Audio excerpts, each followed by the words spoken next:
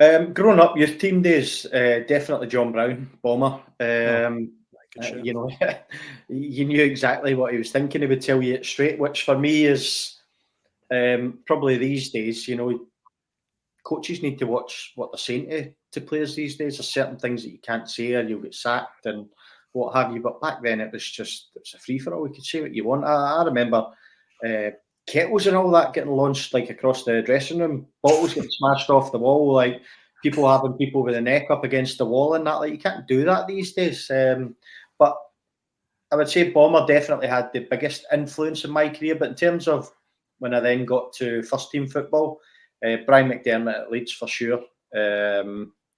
Just a chilled guy. Really, really approachable. Door was always open.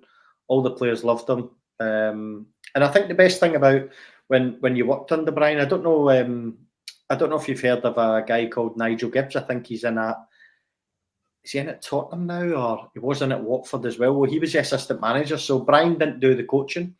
Brian was more the mental side of it, and Gibbo done the training. But he made me captain as well of Leeds United, which is obviously the team that I support now as well. So you know, I thought he was fantastic. To be fair, quite a shame it didn't work out how he planned at Hibs. But then, you know, he's probably one of many that's tried up there, isn't there? Right, Nigel Gibbs. I was just about to say about Brian McDermott at Hibs, Ross. Like, he was in there as like sporting director, and obviously Hibs have went through managers like nobody's business. I mean, and I've heard a lot of good things about Brian McDermott. No just for you. He's surprised they didn't just try him as manager and get him in the dugout and try and get the place going again.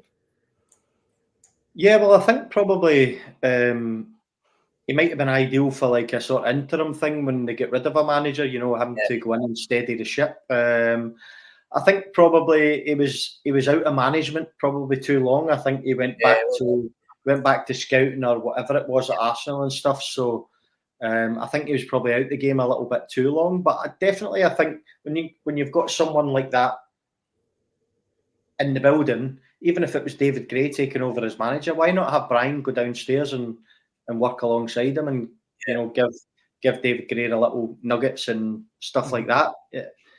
It would have been priceless for the club. But like I said, there's been loads of good managers that have tried to get that club going again, and for whatever reason, it's just not happened.